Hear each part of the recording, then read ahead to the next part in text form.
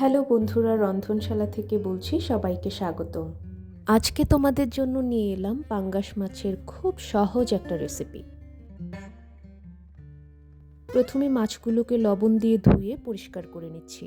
এরপর এর মধ্যে দিয়ে দিচ্ছি পেঁয়াজ কুচি, এরপর আদা গুঁড়ো, রসুন গুঁড়ো, হলুদ গুঁড়ো, মরিচ গুঁড়ো। আমি তরকারিটা একটু ঝালঝাল খাবো, তাই মরিচ গুঁড়ো আরও একটু অ্যাড করে নিচ্ছি। স্বাদ মতো লবণ অ্যাড করে নিচ্ছি, ধনিয়া গুঁড়ো, জিরা গুঁড়ো, সবশেষ অ্যাড করে নিচ্ছি তেল। এখানে আমি সানফ্লাওয়ার অয়েলটা ব্যবহার করেছি। এবার সবগুলো উপাদান অর্থাৎ মশলা মাছের সাথে ভালোভাবে মিশিয়ে নিচ্ছি।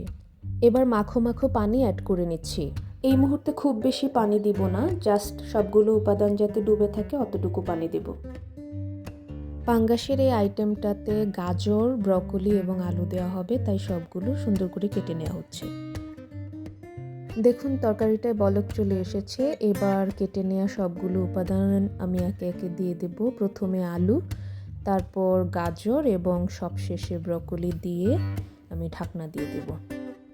আমরা অনেক সময় দেখা যায় মাছ ভেজে খাই, যেটা কিনা স্বাস্থ্যের জন্য খুবই ক্ষতিকর, কিন্তু এভাবে যদি রান্না করি সেটা যেমন স্বাস্থ্যকর হবে তেমন খেতেও টেস্টি হবে।